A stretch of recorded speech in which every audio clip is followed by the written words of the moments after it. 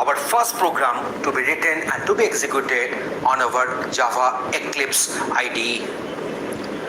On the Eclipse editor, we are going to type our code on to display the Hello World string.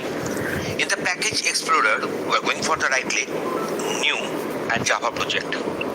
Giving the name as My Hello World. You can give any other name here.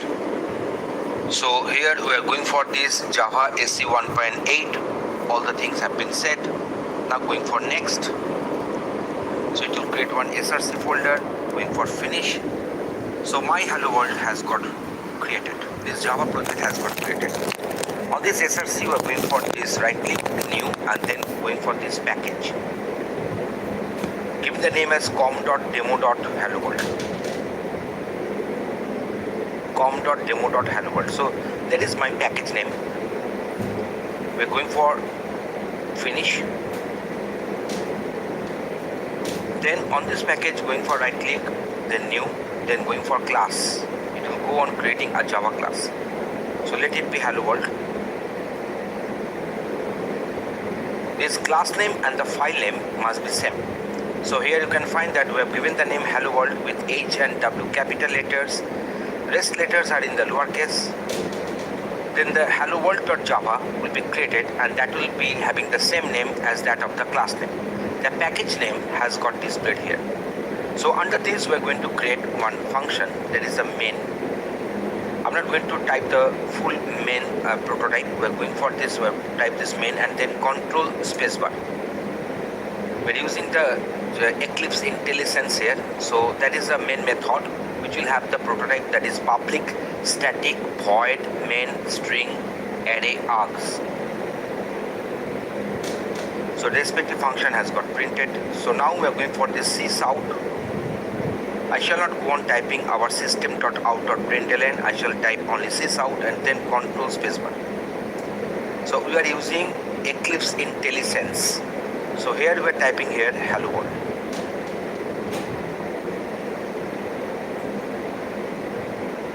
So in this way the respective program we have typed. So here public class Hello World, the name of the class is Hello World. The Hello World must be same as that of the file name. So the file name is helloworld.java. We're going to save that one. And the first function which will start its execution is known as the main function, which will have the prototype, that is public static void main string array args. Obviously this args can be changed because it is nothing but one string array object. And instead of writing this public static, also you can write static public. So that is also allowed.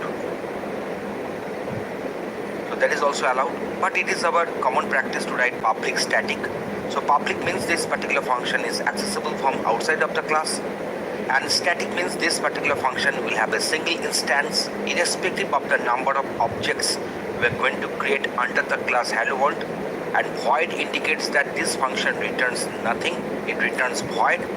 And system.out.println, we will be using it to display some string on the screen, so on the console. So here the string must be enclosed within double quotes in Java. So how to execute this program?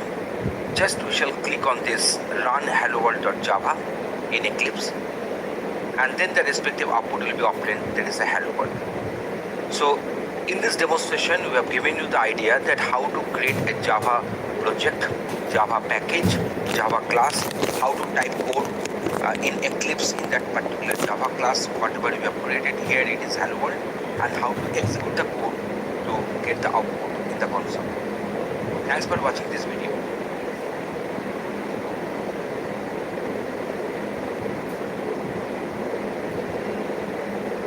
In this video, we are discussing arrays in Java. In this demonstration, we are discussing how to use Java arrays.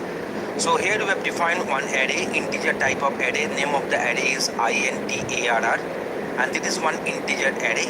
And while we are declaring this array, we are also initializing with our values. So that means here we are passing our values, which will be filled up in this particular array.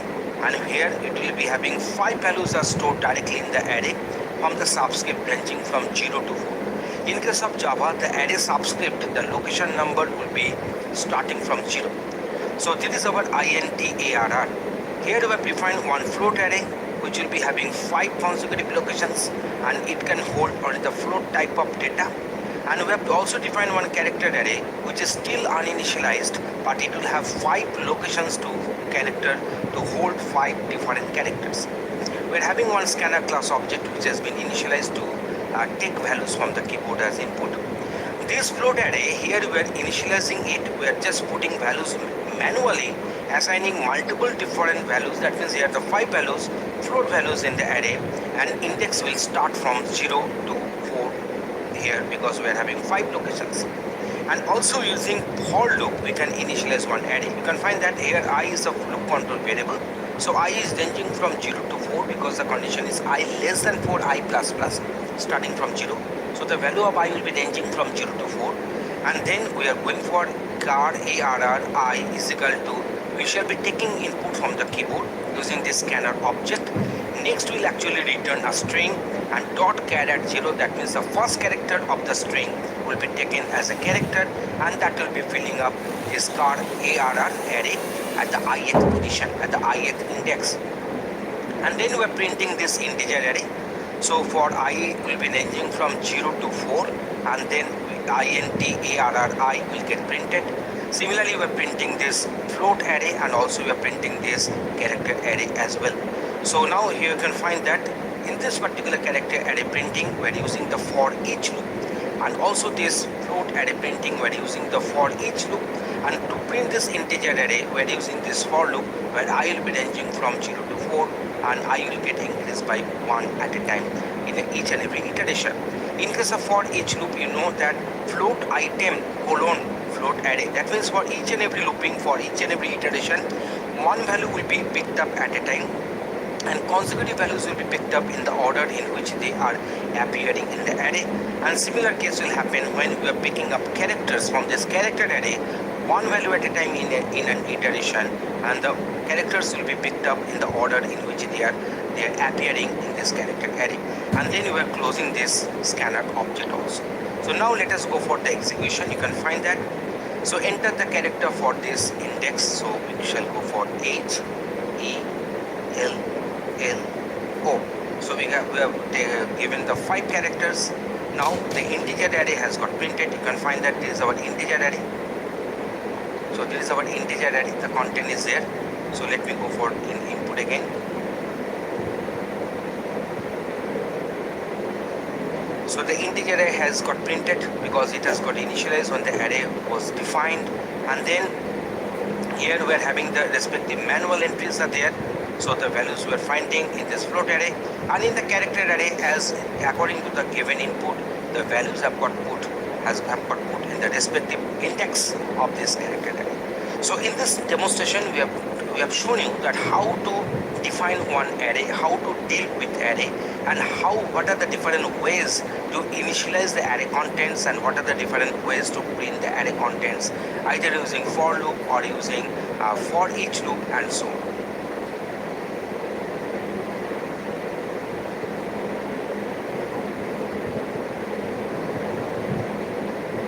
In this video, we are discussing array list in Java. In this demonstration, we are going to discuss array list. Here we have defined one array list class object, that is our city list, which will be containing string type objects. So how to add the string type strings with this particular city list? So city list dot add Delhi, city list dot add Kolkata. In this way, we are passing multiple string class objects, and they are getting added with this city list, that is the array list class object. Now, what is the size of this city list? So how many elements it is containing? So that will decide the size. So here we are expecting the size should be 5 here. So let me execute my code. I'm finding that the size of the array list is 5 here. So that is the city list dot size is actually giving us the count of respective string objects residing in this city list array list class object. So system.out.println cities colon concatenation city list. You can find that the respective city names are getting printed. So Delhi, Kolkata, Hyderabad, Chennai and Lucknow, they have got printed. Next, using for each loop. using for each loop, we are going to retrieve city name one after another for each and every iteration, one at a time. So display the content of the array list one by one. So here we are using the for each loop. So for string city colon city list system.out.println city. So it will produce outcome like this. So here we are having this all these city names which are the string objects are getting picked up one at a time in each and every iteration of this for each loop. Insert another city at the index number 2 in the city list. So in that case we can go for city list dot add 2 comma 5. So at the second place we know that the first place has started from the index 0.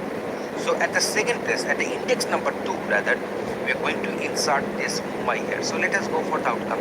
You can find that 0, 1, 2. At the second index, we have inserted this new city name, that is a Mumbai. You can find that other city names, Hyderabad, Chennai, Lucknow, which were at the second subscript, third subscript and the fourth subscript. So they have got shifted. So now if we go on printing the size of this array list object, we are going to get here 6 in this case. So in this demonstration, we have discussed how to deal with the array list class objects in our Java code.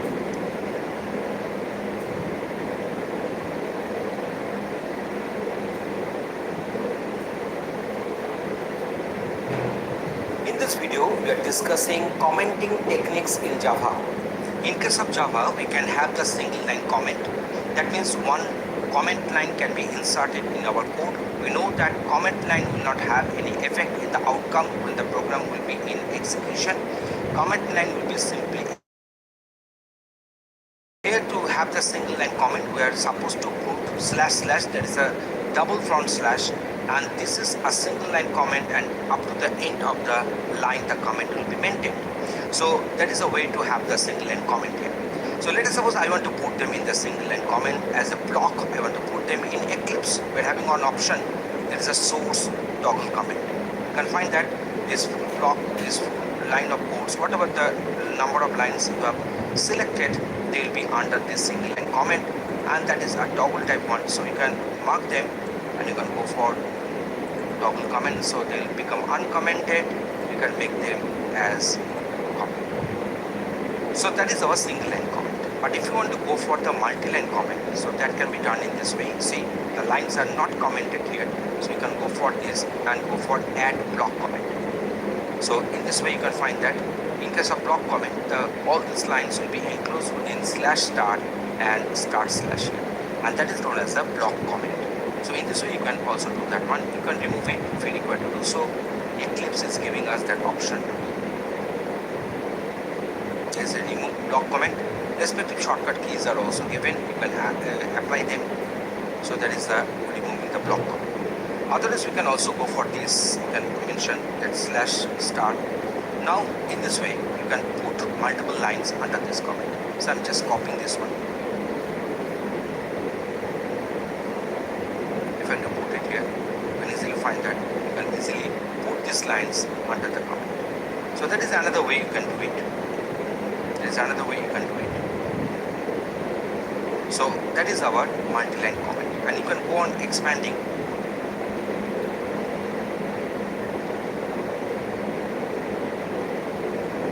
So in this way you can also go for block comment in our Java. So this demonstration is for how to make a single line comment and multi-line comment, and how to take the help of Eclipse editor, the respective ID, with the help of which you can do the same as when we do it.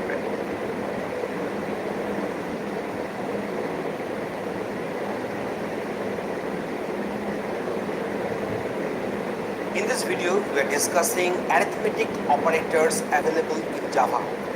In this demonstration, we are going to discuss different arithmetic operators whatever available in our Java. We have defined 3 variables of type integer, and here we have defined one scanner class object. This scanner class object, using it, we shall take inputs from the keyboard, and then we are going to perform addition, subtraction, multiplication, division and other arithmetic operations using Java arithmetic operators.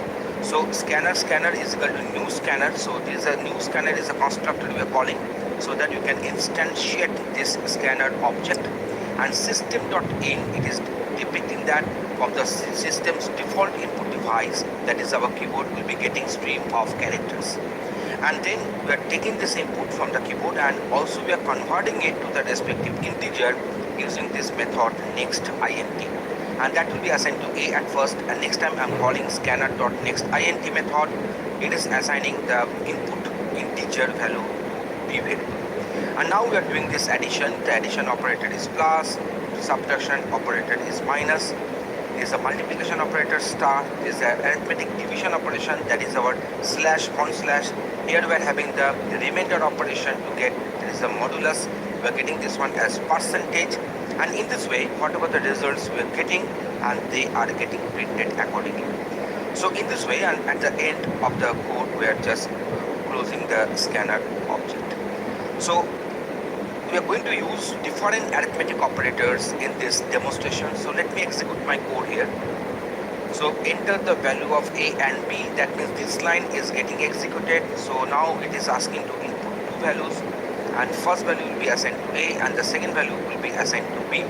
Let us suppose I am putting the value say 100 and say 12. In that case what we are getting after addition, it is 112, it's perfectly okay. Subtraction 88.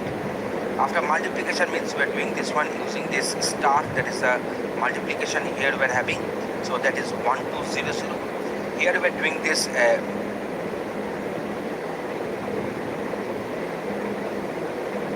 division operation, it is arithmetic division using this slash on slash. A and b both are of the type of integers, so the quotient will be also of the type of integer. Result has been defined as integer type of variable, so we are not going to get any fractional part here. So we are getting 8, and then remainder, that means 100 by 12, that means 100% is 12 here to get the remainder, and as a remainder we are getting here 4. So in this demonstration we have explained that what are the different arithmetic operators in Java available and how to use them in our Java code.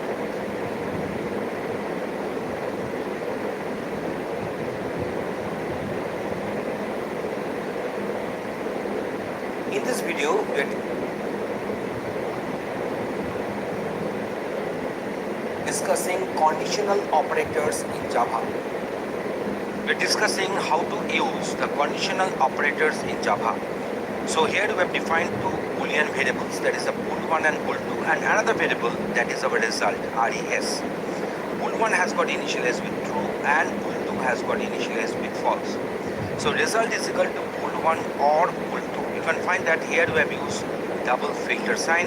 So true when at least one of the value, if it is true, then the outcome will be true, and that is the basic logic of OR.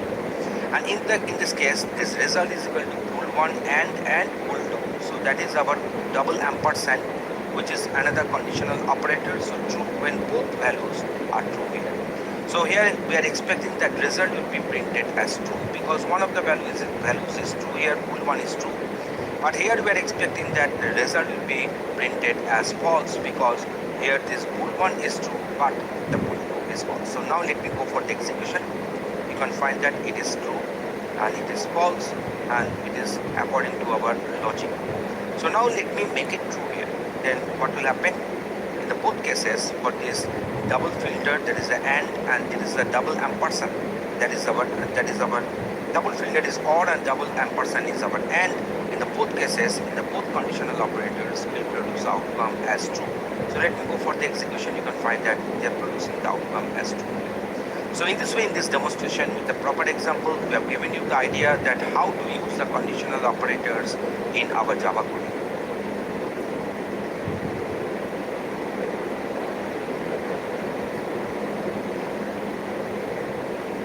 Bitwise operators in Java. Here in this demonstration, we are discussing bitwise operators available in Java. So we have defined two variables, val1 and val2, with the values 12 and 10, and they are of the type of byte. So the binary representation of 12 in byte, that means in 8 bits we have written, and also the binary representation of 10 in 8 bits, we have mentioned that one. So byte result, so we are defining another variable result here. So it has been represented as res. So result is equal to byte of not val1, that is a bitwise complement val1. So this is known as a not. Also the operator is known as tilde operator, and we are converting it to the byte type and assigning to this result. Now what is happening here? So this val1 is actually containing 12. That means it is a binary representation of 12. So 12 means 8 plus 4. That means at the 8 and 4 place we'll be having 1, and rest bits will be filled up with zeros. So now to get that ones complement of it, we are getting this one as 4 times 1 and then 0, 0, 1, 1. So that is a not of val1. So if I print this one, we are getting here minus 13. Now question is coming in mind, why it is minus 13? Why the value has got printed as minus 13?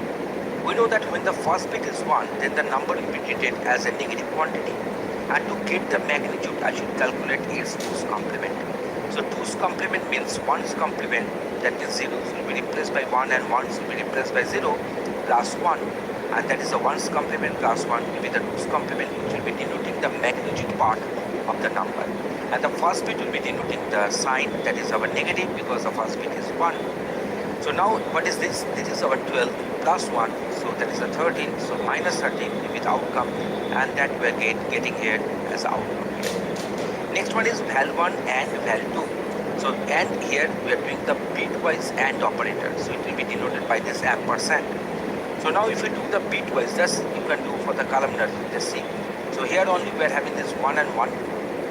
So that's why this place will produce 1 here, and rest all places will be producing 0. So this 1 means at the 8th place we are having 1. So if we print, we can find that after doing this ANDing, we are getting the 8 as the outcome. In case of OR, what is happening? If you go on ORing, bitwise if you go on ORing, you can find that it is 1 or 1 is 1, 1 or 0 is 1, 0 or 1 is 1, and the rest of the bits will be 0. So 1, 1, 1, 0 will be the outcome. So that means 8 plus 4, 12 plus 2, that is a 14 here. So that's why after ORing we are getting this one as 14. Next we are going for this XOR operation. In case of XOR, it will be denoted by this upper caret, that is the operator, that is the XOR operation, bitwise XOR operation. So what will be the outcome? You know that in case of XOR operation, similar bits will produce the output 0, and dissimilar bits will produce the output 1. So here I'll be getting 1, because 1 and 0 XOR is 1, and this 1 XOR 0. So 0 XOR 1 is 1. So rest of the bits will be producing 0 after XORing, bitwise XORing. So 1, 1, 0 will be the outcome. So I am expecting 6 as the result. Yes, we are getting 6 after doing the XORing. Next one is there is a shift 2 bits towards the left, that is a val1. So here we are having this val1. So I'm just shifting it towards the left for 2 bits place. So I'm just going for, so if I go for this bit place, so it will be coming like this, that is towards the left. So these 2 bits will be off, will be lost, and 2 new bits will be coming to fill up the blank space. So we can find that it will be having the format like this, and which is nothing but, here will be nothing but 32 plus 16, and that should be 48. So we are expecting that the value will become 48 here. So now let me go for the execution. You can find that the value has become 48.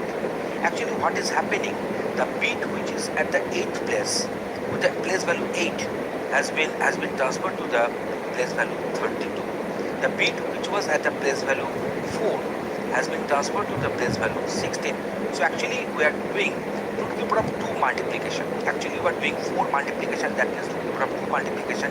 What is 2 to the power of 2? This 2 is actually denoting that for how many bits we are shifting towards the left.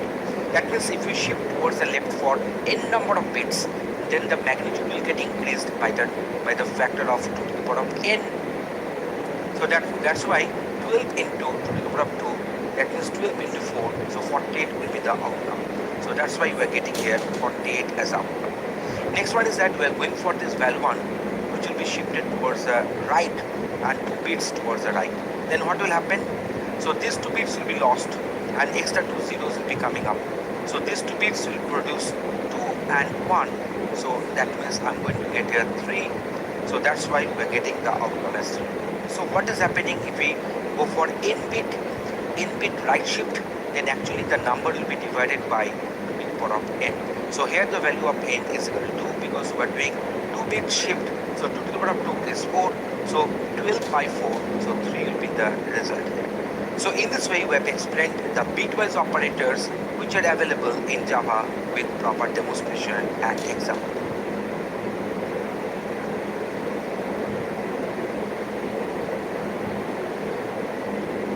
Here in this video, we are discussing unary operators in Java. In this demonstration, we are discussing unary operators. We have defined two variables var1 and var2 of type integer. var1 is equal to 50, so assigning 50 to the variable var1, and var2 is equal to minus of var1. That means here we are using this unary minus. Unary means this particular operator is requiring only one operand to operate it on. If I write minus 10, here minus is requiring only one operand, that is 10. But if I write 10 minus 5, here minus operator is requiring two operands, 10 and 5. In that case, the operator will be known as a binary operator because it is requiring two operands. But if you write only minus 10, then the minus is actually working as one unary operator. So minus unary operator to invert the sign of the value of var1, and now we are printing the value of var1 and var2. So if I go on executing, I can find that one. This var1 is still with this 50. The var1 is still with this 50, but var2 has got the value minus 50 here. Next one is that var1 is equal to 50 and var2 is equal to var1 plus plus. That means you can find that this plus plus operator is nothing but one unary operator. It is requiring only one operand, that is a var1. And here we are doing the post increment. That means at first it will store the value, then the value of var1 will get incremented. So store previous value, then increase var1 by 1. So we have written everything in our comment.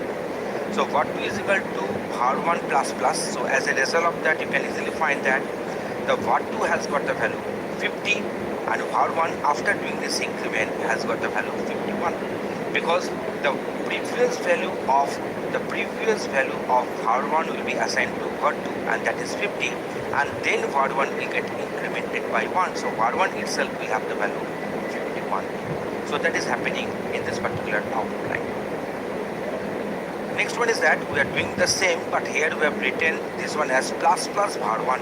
That means pre-incrementing, increasing var1 by 1 and then assigning it to var2. So from the 50, if I increase the value of var1 by 1, so it will become 51, and then 51 will be assigned to var2. So we are expecting that both var1 and var2 will be printed as 51 and 51. So this is a respective output line. So next one is that we assign var1 is equal to 50, and similarly we have done the post decrementing. That means store the previous value and then decrease var by var1. So in this way it is going to do that one. So I'm just let me explain it here. So var1 is having the value 50, so 50 will be assigned to var2, and then var1 will become 49 here. So as a result of that, you can easily find that here we are having this 50 for var2, and then var1 has got decremented by 1, so it has become 49. So at first 50 will be assigned to var2, and then var1 will be decremented by 1, so it has become 49. Next one is our pre-decrementing. So pre-decrementing means that here we shall be decrementing the value of var1, so it will become 49, and then that 49 will be assigned to var2. So both var1 and var2 will have the value 49 and 49 respectively. Boolean bool1 comma result. So that means here we have defined two variables, bool1 and result. Bool1 is containing the value true. That is, the not of bool1 will be assigned to result. So as a result of that, if you print bool1, it will print true, and if you print result res, then it will print not of true, that is false. So let us go for the execution. You can find that the bool1 is true and result is false. So in this way, in this demonstration, we have given you the idea that how these unary operators can be operated in our Java code.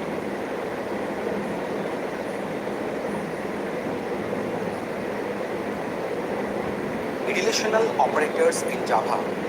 Here in this demonstration, we will be discussing on relational operators available in Java.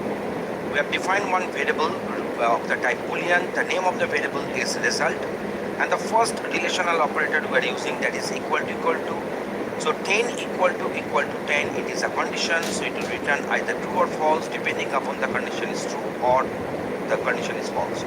So true when left operand is exactly equal to the right operand. So that will be assigned to the result. The value of the result will be printed. So you can see that the result is true here. Next time we are gone for 5 less than 5. So here this less than is nothing but one relational operator in Java. So that will be assigned to result. 5 is less than 5 is false. So true when the left operand is less than the right operand, but that is not happening here. Here both the operands are same, so that's why the result will get printed as false. So you can find that the result has got printed as false. Next one is result is equal to 5 less than equal to 5. Here less than equal to is one of the relational operators in Java. True when left operand is less or equal to the right operand. So we are printing the result and it is getting printed as true here.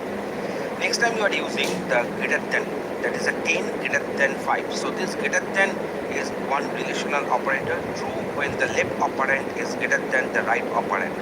So now here the result is getting printed and you are finding that the result is getting printed as true. So we are getting this outcome. Next one is greater than equal to, so 10 greater than equal to 5. So this condition is true. So result will be printed as true here. So the another relational operator, that is a not equal to. So 2 not equal to 2. True left operand and the right operand are not the same, but they are same here. So that's why the result will be assigned with the false and the result will get printed. So I'm getting the outcome as the result is false. So in this way we have discussed different relational operators available in Java.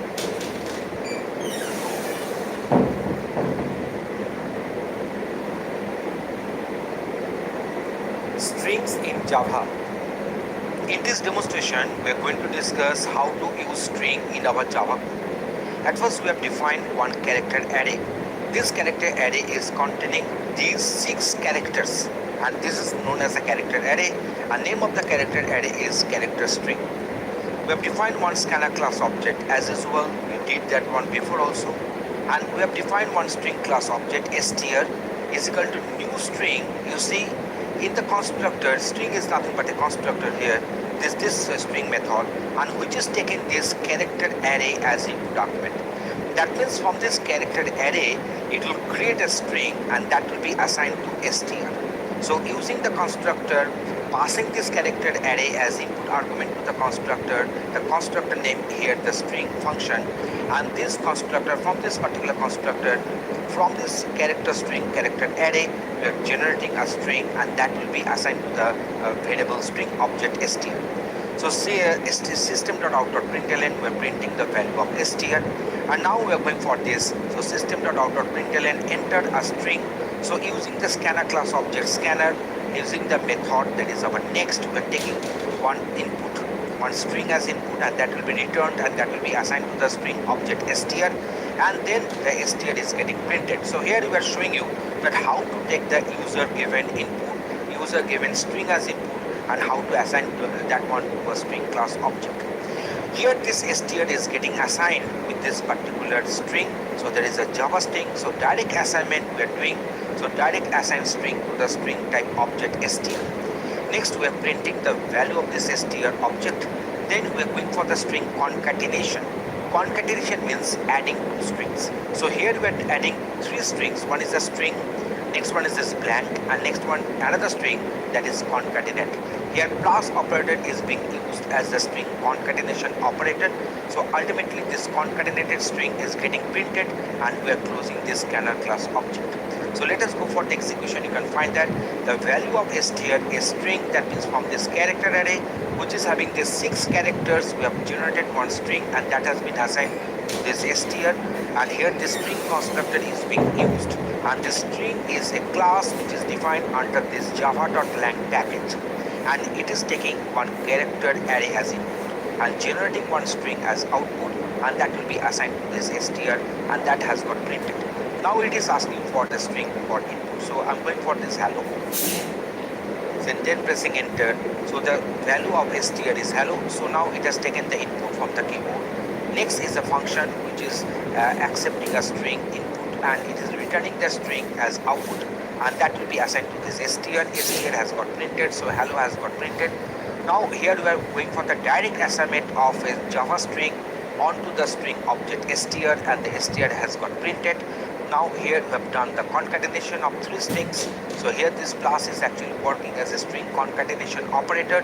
So string blank space concatenate, these three strings has got added and has been assigned to the string class object, that is str, and str has got printed.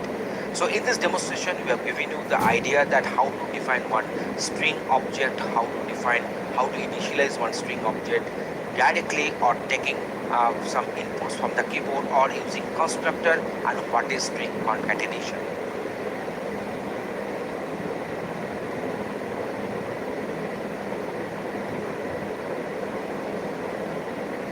String functions in Java. In this demonstration we shall discuss how to use different inbuilt library string functions in our Java code and what are their purposes. Here we have defined two string objects, that is str1 initialized with this hello and str2 also initialized with this hello. Here all the letters are in capital. Here's one, the first letter is in capital and rest of the letters are in lowercase. So the first function we are using, that is the str1.length. So str1.length is a function which is defined under the string class. There is a public int length, and it denotes that it returns one integer and it is under the public scope. So from the objects, from the string class objects, we can easily access this length function using the dot membership operator. So here see, if you go for the execution, we are getting this length as 5 because hello is having 5 number of characters in it, so its length will be 5 here. Next, str1 dot equals str2. Here both are hello string, but they are not having the same case for all the letters. So that's why str1 dot equals. Now what is equals? So equal is nothing but one method which returns a boolean under the public scope, and the name of the method is equals, which takes object as input argument. You can easily find this one here in the declaration. So now str1 dot equals str2. Now what is the outcome here? We can easily find that hello and hello are not same. That means the control is coming to this else part, because these two strings are not equal because they are having different uppercase and lowercase characters. So but if you go for another method, that is a equals ignore case. So equal ignore case will be working as the same as equals, but here only the case sensitivity will be ignored in case of equals ignore case function. So it returns one boolean and it takes the string, that is another string, as input argument. So now if we go for str1 dot equals ignore case str2, so it is giving me the output that hello and hello are same, ignoring case. So this is the outcome we are going to get. So this particular statement is getting executed. That means it is going for the then part and else part is remaining unexecuted. Next one, system.out.println, the character at the position number 2 is str1.caret2. So what is a caret? Caret is nothing but one function, that is a public char caret int index. So it returns one character which will be placed at the index position number. Now here we are operating on this str1. We are calling this caret from this str1 string object. So first character will be at the place at the index number 0. So it will be at the index number 0. It will be at the index number 1. So L will be at the index number 2 here. So if I go for the output, you can find that the character at the position 2 is capital L. So that is coming from this L. This L has been retrieved here. Next one, we are going for system.out.println comparing str1 and str2 distance, that is str1.compared to str2. So now here you can find that this H and this H are having the same ASCII code, but this E, capital E and the small e will have the ASCII code difference of 32. We know that capital A is having the ASCII code 65 and the small a is having the ASCII code 97. So always the same character in the lowercase and in the uppercase will have the ASCII code difference of 32. So uppercase characters will have the ASCII code 32 lesser than the same lowercase character. So here we are doing this one as capital H ASCII code minus capital H ASCII code. The value is 0. So for the non-zero difference it will return, for the zero difference it will go on continuing. So the next one, this E ASCII code and this small e ASCII code, the difference value will be minus 32. So as a result of that, we are getting the outcome as minus 32 here, because we know that capital letters ASCII code will be 32 lesser compared to the same letter in the, if we consider. So now we are going to have this str1 and str2 initialized with this strings. You know, the str1 and str2, they have got initialized with the strings. Now for the rest of the operations, we'll be considering them. So here we are having str1 dot starts with AAB.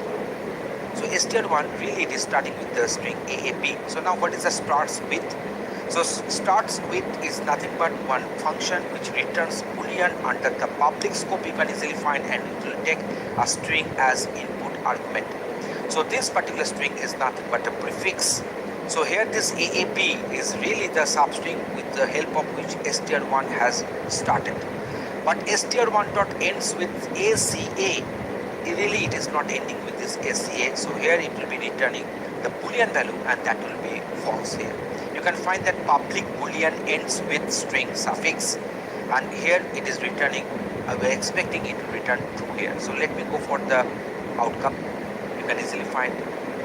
So here we are getting this one as true, and here we are getting this one as false, as we have explained earlier. Next one is this one. That means first index of BB in str1 is str1 dot index of BB. You can find that BB is occurring in multiple places in str1, but it will consider the first occurrence of BB. So it is starting from the index number 2 here, because it is 0, index 0, index 1 and index 2. So it will be starting from the index number 2.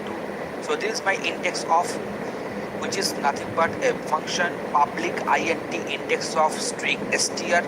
So there is an integer it will return, that is it will return the index. So let me show you that what is the outcome we are getting. So here we are getting this one as 2, as we expected. Next one is last index of. In case of last index of, we will be searching for BB, and the last index will be returned. So now just consider this one as index 0, 1, 2, 3, 4, 5, 6. So from the 6th index BB will be found. So we are getting this outcome as from the 6th place. So this part we have covered till now. Next one, we are going for this replacing ABB to XY of str1 is. So str1 dot replace ABB XY. It is one point to be noted that the string which is going to be replaced is having the length 3, and which will be replacing will be having the length 2. That means these two strings may or may not have the same length here. So you can find that ABB will be operand here, so that will be replaced by this XY, and this ABB will be operand here, so that will be replaced by this XY. So now let us go for the outcome. You can find this one as AXY, CXY, and then we are getting this one as AA.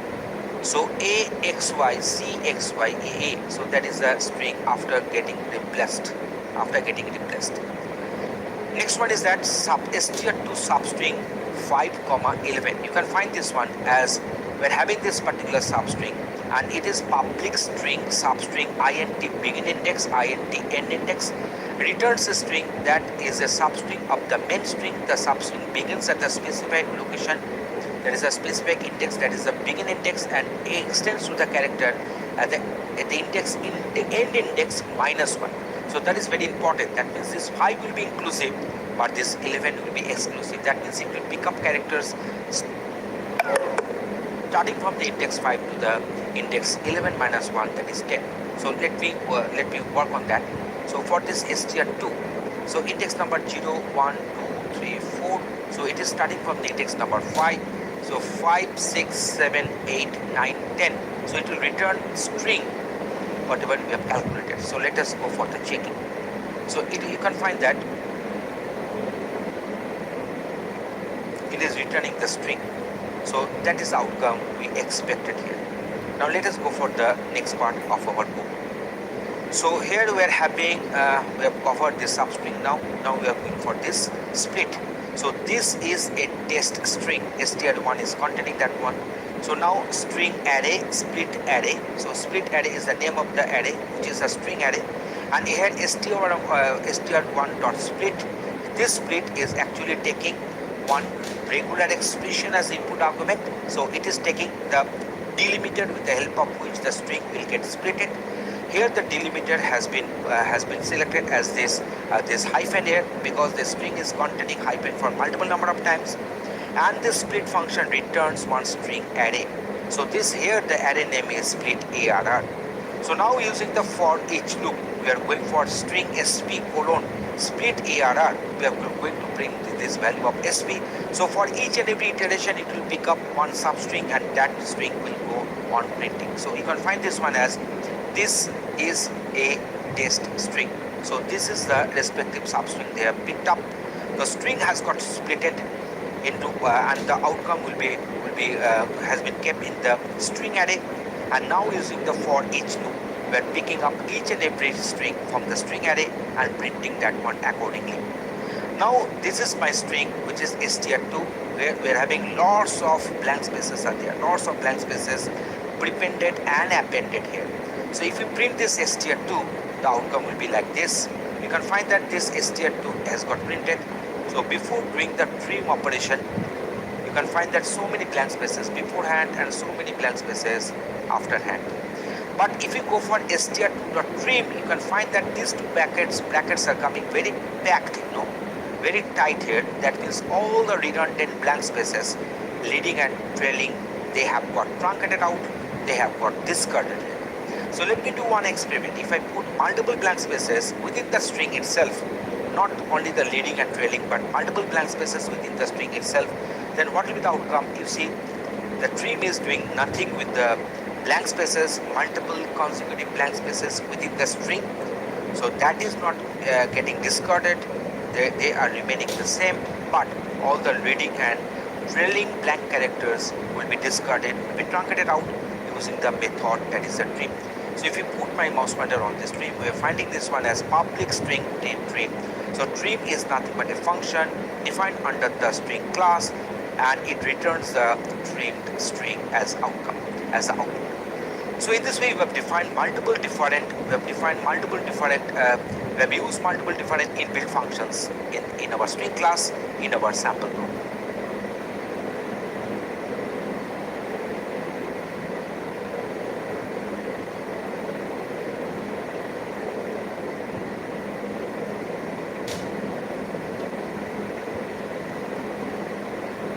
Functions in Java.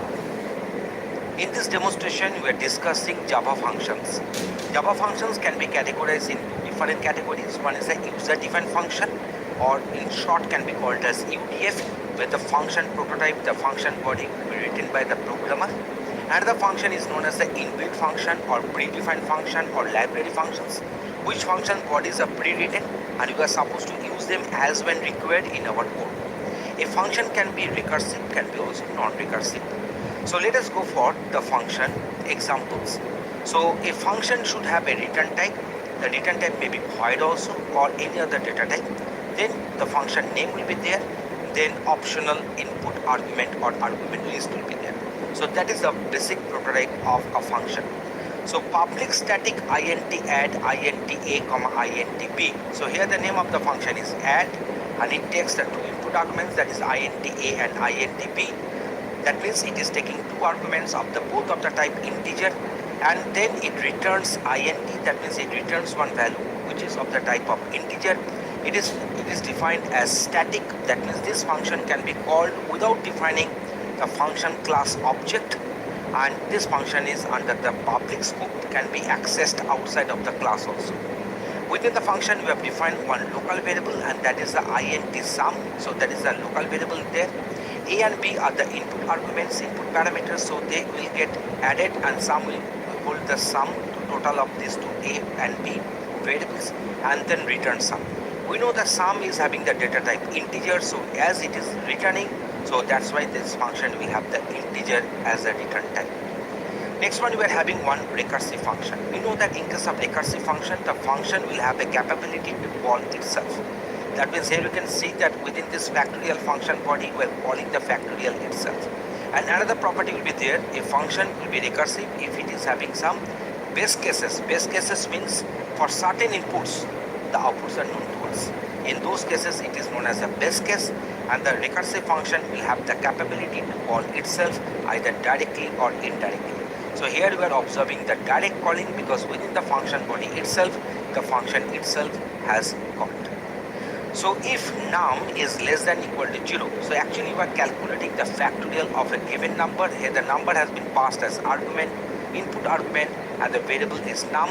So if the num is less than equal to 1, that means if the num is 0 or if the num is 1, then we are going for this return num. So when the number is 1 or less than that, the factorial will be 1 here. So I think it will be better if we return this one as 1, because in case of 0 factorial also, the return value will be 1.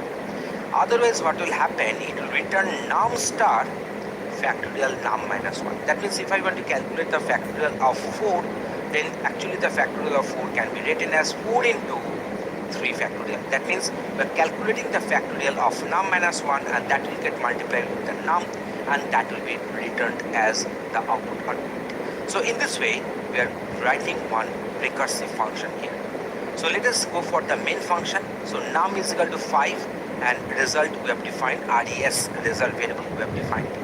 So at first we are using some library functions or predefined functions or pre-written function.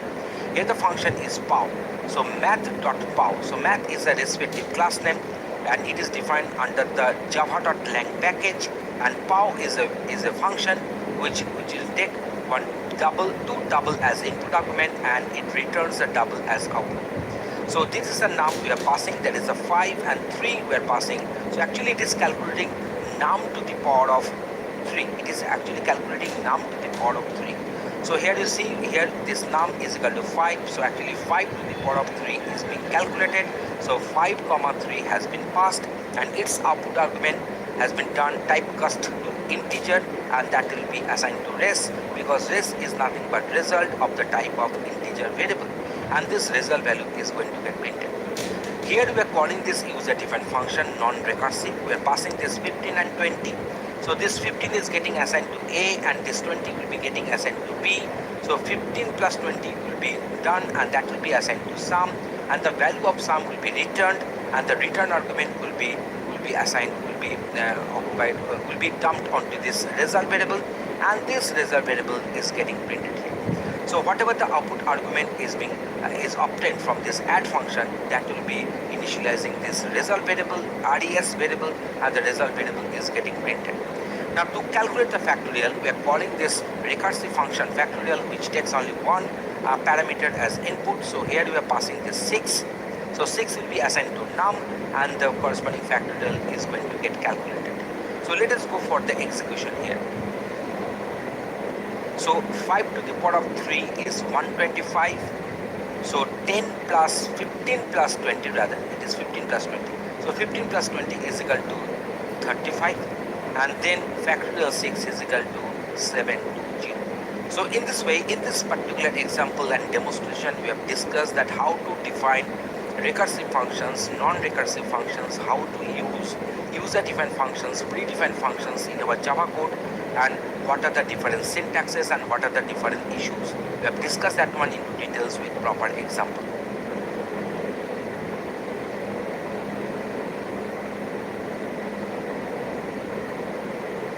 In this video, we are discussing real type of data in Java. In this Java program, we are going to deal with the float and double data type variables. We have defined one variable myFloat of the type float, and we are assigning 50.26 to this myFloat variable. So to convert this 50.26 to the float type, we are writing either capital F or small f at the end of the number to represent that it is a float data. And then we are printing the value of the myFloat variable. So the outcome is our 50.26. In the next example, 50 and 3 individually they are integers, but I want to do some float division between them. So that's why here we have done this typecasting. So typecasting to change the integer to float, and as a result of that, we will be getting and we will be observing fractional part in our quotient after doing the division. So that's why 16.666666 is the respective answer, and that has been assigned to myFloat, and myFloat has got printed. Here we are having my double. In case of my double, we know that in case of double type of data types, we will be having 8 bytes of memory space will be occupied to hold this respective variables value. So in case of float, 4 bytes. In case of double, it will be 8 bytes. On this particular variable, we have written minus 0.2356. So here you can use capital D or small d to represent that it is a double data, but by default it will be of the type of double. So I'm going for the execution. I can find that my double is having the value that is minus 0.2356. Here we are doing some division operation. So this particular 22, we are representing this number 22 in the terms of double. So that's why we can write capital D or small d after 22. And we are expecting that this particular quotient will have the fractional part here. So 22d by 7, so converting 22 as double, and that's why we are going to get our fractional part in our quotient, that is 3.14285714 and so on. So in this way we have shown you that how to deal with the float and double type variables in our Java code.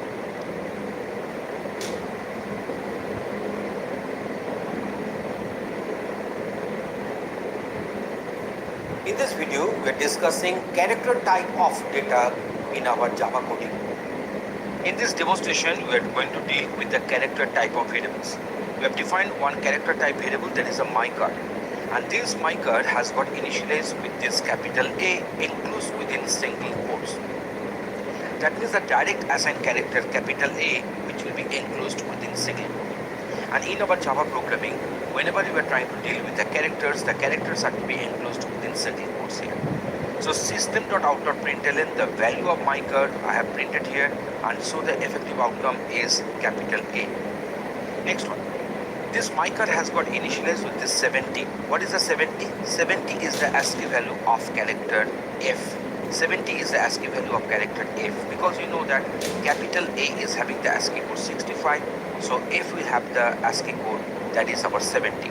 So after assigning this 70 to this my card, if I go on printing this my card, remember my card was defined as of the type card. So that's why whenever we are going to print this my card, it is printing capital F, not 70, because it is a character type of variable. Here in this case, the my card has been initialized with /u0041.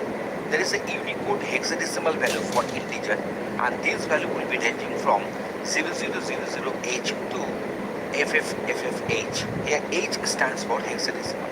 So as a result of that, when we are assigning /u, that means a Unicode hexadecimal format, 0041. So 41, if we want to convert this 41 to the decimal equivalent, it is 4 into 16 to the power of 1, that is 64, plus 1 into 16 to the power of 0, that is 1. So 64 plus 1, that is 65. That is the ASCII code of capital A. So if I go on printing this my card, you can find that my card is printing capital A here.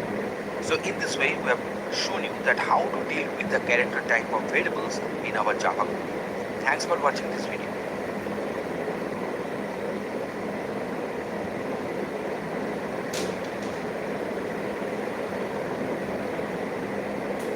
In this video, we are discussing Boolean type data in Java. In the demonstration, we are going to discuss Boolean type of variable, that is the myBool. So Boolean, myBool. So myBool is a variable of the type Boolean. MyBool has got initialized with the value that is true. Here you can find that in case of true, all the letters are written in the lowercase. And then we are trying to print the value of myBool there. And myBool is equal to false. We are setting the value of myBool with false. That is, we know that Boolean data type can have two values, either true or false. And then it is printing there's myBool there. So let me go for the execution. You can find for the first time, myBool has got printed as true. For the second time, myBool has got printed as false. So now let me go for some other experiments. Here I am writing here 100. So now if I go on printing, I am finding that it is producing error because proceed. You can find that it is producing error because this myBool cannot hold any other data types value. It can hold only true and false as it is showing the respective error message. So the error message is showing that exception in thread main java.lang.error, unresolved compilation problem, type mismatch, cannot convert to int or boolean. From int to boolean, because 100 was int, it cannot be converted to boolean, and that's why it is producing one error at the line number 13 here for this respective Java code. So that's why you can find that this particular boolean variable can hold only the value true and false, cannot hold the value of any other data types data.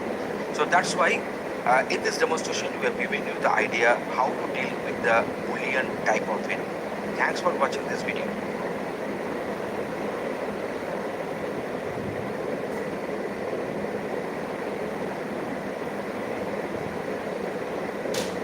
In this video, we are discussing class and objects in Java. In this demonstration, we shall discuss class and object in Java. So here the name of the class is student, and this particular class is having three member variables of the student class, and their string name, int id, and string major. So as here we haven't mentioned them that they are under a private scope or public scope, that means they are in the default scope. So here we are having one method. The name of the method is setName. From the name of the method, it is quite obvious that it will take one string as input and which will set the name instance variable here. And similarly for setMajor, it takes a string as input argument and it initializes the major instance variable. And the display method is actually printing the name, ID and the major, and in this way all the three instance variable contents will get printed using this display method. So here the name of the program is class object.java. You can find that this particular class is having class object.java. You can easily find that in the same Java source code we have declared two classes. One is the class student and one is the class object. So what will happen if we define multiple classes in the same Java program, in the same Java source code? Then one of the classes will be of the type will be under the scope public, and main function will be defined in one of the classes only. So this public static void main string array args, and here we have defined two objects under the student class, and those two objects have got instantiated, memory spaces have got allocated, and they have got instantiated by using new student class constructor. Now we are using the setName, we are using the setMajor to initialize the name and the major instance variables, and directly we are writing s1.id is equal to 1021 to instantiate or to initialize this id instance variable. So similarly we have done the same for the s2. S2 is another object under the class student and which has got instantiated using the constructor of the student class. And now we are going for the s1.display and s2.display methods. So let us go for the output. So the student name Joy has been printed, the student ID 1021, a major subject here computer science, and in this case the name and the ID and the subject has got printed, and they have got printed after calling the method s1.display method and s2.display method. So in this way we have discussed that how the Java, in case of Java, how we can define one class, and then how to define objects under the class and access class members.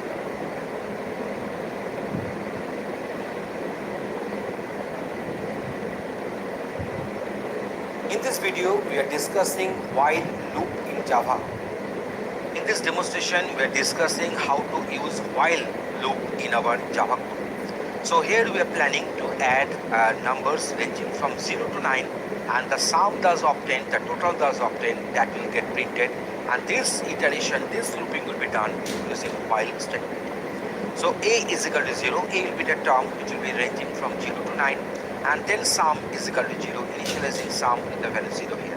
While a less than 10, so that means 9 will be the maximum value a can take, because a is of the type of integer, and system.out.println, the value of a is getting printed. Sum is equal to sum plus a. So initially the sum value was 0, and now the sum will get increased by the value of a, and each and every time a is incremented, increase the value of a. So what will happen? Initially the value of a was 0, then it will become 1, then it will become 2. In this way it will proceed, and it will proceed up to a is less than 10, so maximum it can proceed up to 9. So when the value of a will become 10, it will come out from the loop, and after exiting from the loop we'll be printing the value of sum. So let us go for the execution. You can find that we have added the value of a as 0 and then a 1 2 3 4 5 6 7 8 9. So that's why, and the sum of the numbers from 0 to 9 is equal to 45. So sum is getting printed. So what is happening when the last 9 is getting added with the sum, the a is getting incremented by 1 back again, so it has become 10. So while 10 less than 10, the condition is false. So when the condition is false, the control cannot go in the while block, within the while statements. What are the statements we have written within the curly braces? So the control is coming out and printing the sum of the numbers from 0 to 9 and concatenation sum. So that's why if we print the value of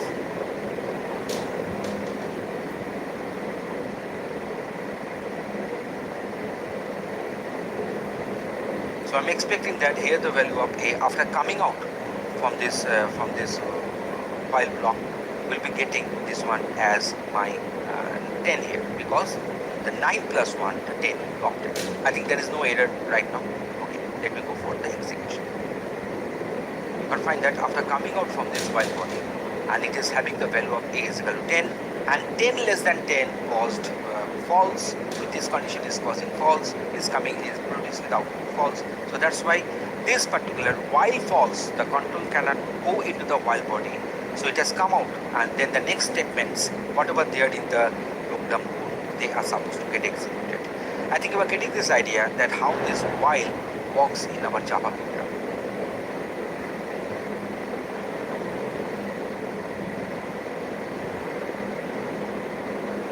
In this video, we are going to discuss another looping construct in Java, that is a for loop in Java. In this demonstration, we are discussing about the for loop in Java. So int sum is equal to 0, so the sum has got initialized with the value 0 of the type integer, and then for int a is equal to 0, semicolon, a less than 10, semicolon, a plus plus. That means here we are defining one variable and initializing it with 0. So that is a loop control variable. Here the a is known as the loop control variable. So at first the initialization, then semicolon, then you will be having one condition. Depending upon the condition, it will be decided whether the loop will get executed further or it will get terminated. And then semicolon, and then we will be having increment or decrement factor of this a of this particular loop control variable. So at first initialization, then semicolon, then condition, then semicolon, then increment or decrement of the loop control variable value. So this is the basic syntax, the basic grammar of this for. So now when this condition will be true, then this block will get executed. What we are doing here, actually we are printing one line, and then we are going for sum is equal to sum plus a, and outside of the loop sum has got initialized with the value 0. So a can have maximum value as it is getting increased by 1 starting from 0. So a can have maximum value, that is 9, and 9 less than 10, the condition will be true. So this sum can add with the values ranging from 0 to 9, because a can range from 0 to 9. Because after 9, when the value of a will get incremented by 1, when the value of a will get incremented by 1, so it will become 10. So 10 less than 10, the condition will become false, so it will come out from the loop, for loop, and this line will get printed. So let us go for the execution for the better clarity. You can find that the value of a is ranging from 0 to 9, and these values are getting added with the sum, and at the end, after getting out from the loop, we are printing that the value of sum is 45. That means when the value of a will be equal to 10, then it is coming out from the loop. So that's why if we print the value of a outside here, if you print the value of a outside of this loop, I'm expecting that it will print the value a as 10 here. So let us go for the execution. One error is there, so I'm just going for this printing. This is a loop control variable, so that's why it is not having the scope outside. So it is better to go for here int a. Okay, so I'm defining this a. If we write this int a here, that means this scope will be confined within this for loop only, so not accessible from the outside. But if I define this variable a outside of this loop, then obviously it is accessible after the for loop also. So now let me go for the execution. You can find that a is equal to 10. We are finding the value of a is becoming 10. So 10 less than 10, the condition is becoming false. So that's why it is coming out from there. Now see, instead of having this, we are not erasing the semicolon. Instead of having this, also you can write directly here. Okay.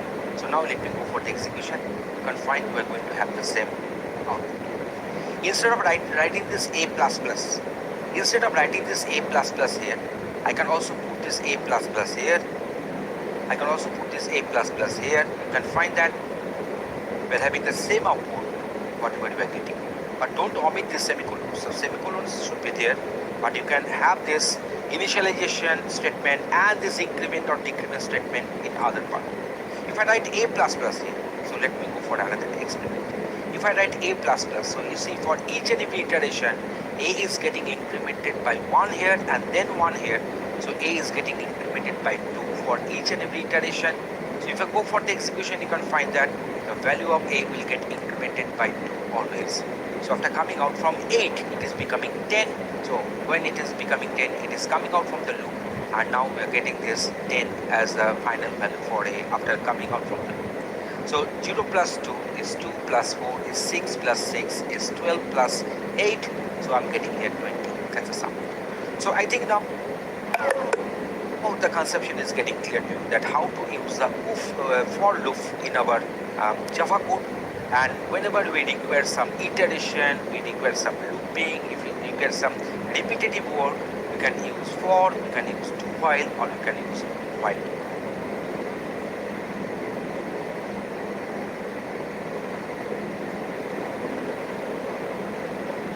In this video, we are discussing break statement in Java. How to use break statement in Java, we shall discuss that in this session. So let us suppose we have defined one variable a initialized with the value 0 of the type integer. While true, that means we are going to execute one infinite loop, because the true means always the condition will remain true. So while true will form an infinite loop on executing. Within this loop body, we are just printing the current value of a, and then we are checking if the value of a is equal to 10. Then break means it will come out from the loop body. That means within this curly braces, we are having one loop body. So this is the loop body we are having. So if a is equal to 10, then it will come out from this loop body. That means the next line of whatever there after this while will get executed. So let us put another line here for the better understanding.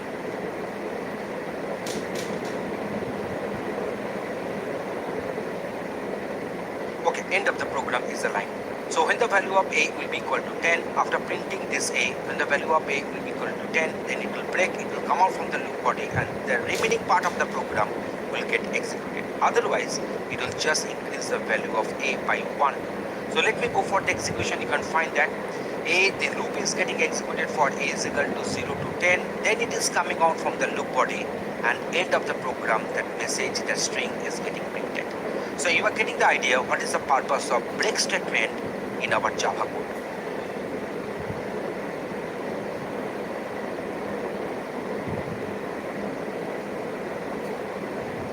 Continue statement in Java. In this demonstration, we are discussing about the continue statement, how to use continue statement in our Java code. We have defined one integer variable a initialized with the value 0. While true, that means we are going to have one infinite loop, it will go on executing forever. And here if the value of a is greater than equal to 5 and a is less than equal to 10, that means when the value of a will be ranging from 5 to 10 inclusive of the limit values, then the value of a will get incremented and continue. That means the control will be going to this while body, while line once again. So what will happen if you come to the execution of the statement continue, then control will go to the while directly without executing the rest part of the while body. So the rest part of the while body will remain unreachable and will remain unexecuted. Okay. So if the value of a is below 5, that means from 0 to 4, or above 10, that is 11 onwards, then the value of a will get printed. And if the value of A is equal to 15, then break, that means control will come out from the while body. Otherwise, the value of A will keep remaining incremented. So let us go for the output. You can find that when the value of A is equal to 0, 1, 2, 3, 4, this line is getting controlled because A greater than equal to 5 and A less than equal to 10, this condition is becoming false, so continue would not get executed. But for A is equal to 5 to 10, this particular if was true, and then A got incremented, but the rest part of the code remain unexecuted, so the value of A could not get printed. Continue make the control go to the while statement once again back. But when the value of A will become 11, then the control will come to this line, so value of A will get printed. So 11, 12, 13, 14, 15. When the value of A will be equal to 15, then break is actually breaking this, is just breaking this particular block, and control will come out from the while body, and next statements whatever are there in the respective code will get executed. So let us put one statement here so that you can feel that really that statement is getting executed.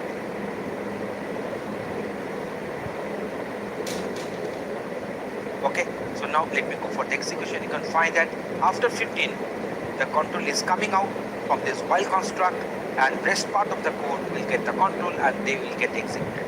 So in this way, in this demonstration, we have shown you the use of continue statement in our Java code, and why you should use the continue, so that we have discussed with proper example.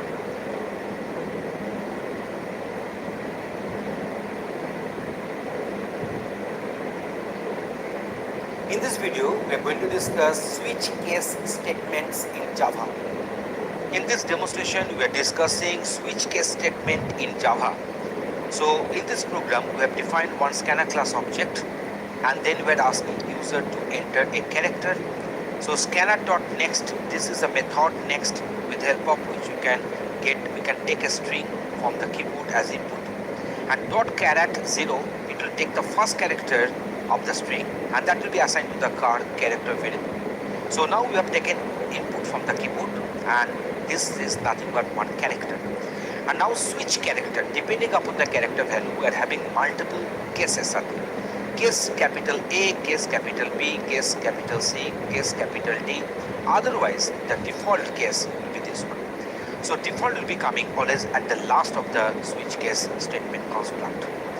So now if the case is A, that means if the character is equal to capital A, then this line is going to get printed, and break will terminate, will make the logic come out from this switch case construct, and the next line, whatever is having in the code, will get executed.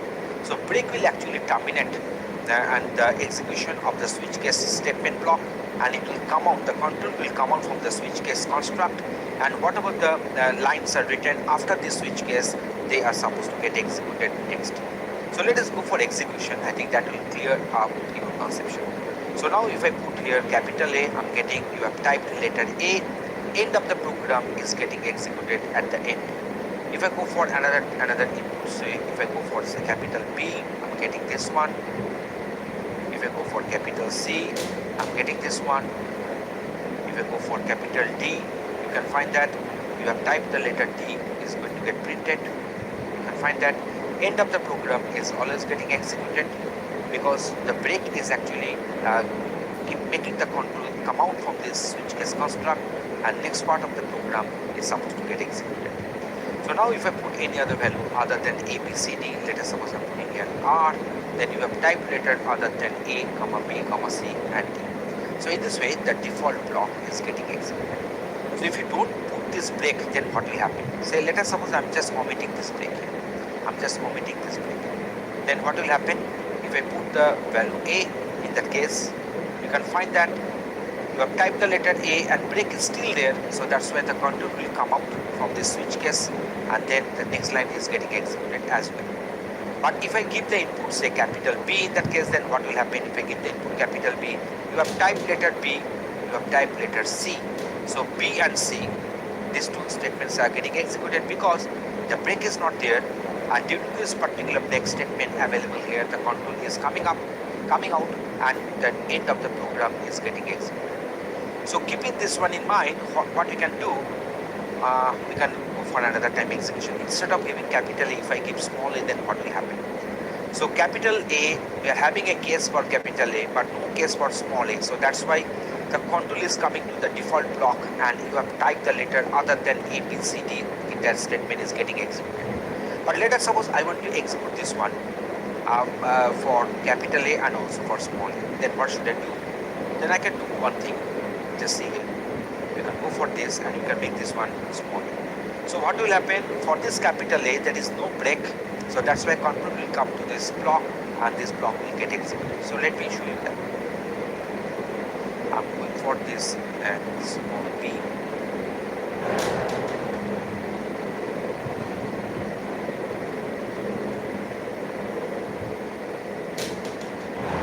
So if I give small b, the line is getting executed. Let us uncomment this one. So small b, the line is getting executed. You have typed letter B, and then if you give the capital B also, you are getting the same thing. So let us test with A also. Small a, you have typed letter A.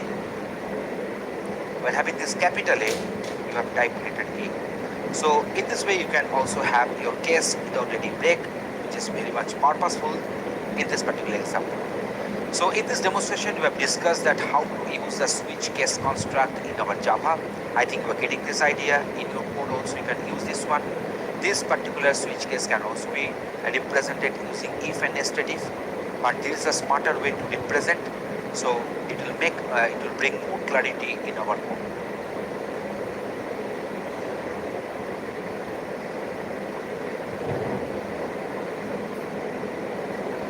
This keyword in Java. In this program we shall discuss about the keyword this. So here we have defined one class. The name of the class is my class, having private int a comma b instance variable. So public my class, so that is a constructor which is parameterized constructor having int a and b as input parameters. Now the thing is that these input parameters a and b and also the instance variables are a and b. So if we want to initialize this a with this input parameter a, then that may produce some ambiguity if you write a is equal to a. So that is ambiguous. So that's why it is better to write this dot a is equal to a. And this is actually indicating the object which will be defined under the class my class. So that object name dot a, in this way I'm accessing the instance variable a is equal to a, and this a which is on the right hand side of this assignment statement is nothing but the input parameter a. Similarly, this dot b is equal to b here. This is my non-parameterized constructor. The constructor